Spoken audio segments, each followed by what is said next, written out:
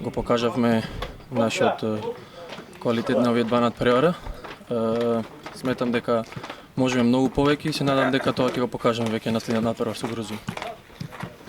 Така, Грузија сигурно дека тие две победи се од големо значење за нив и за нивната самодоверба. Сигурно дека ќе биде тежок надпревар, ќе дојдат мотивирани против нас, сакаат се борат за тоа прво место, меѓутоа на кој начин, на начин да веруваме во нас, во замислата на селекторот, во сиот наш квалитет и да покажеме желба и борба и да дадеме све од себе на тој надпревар.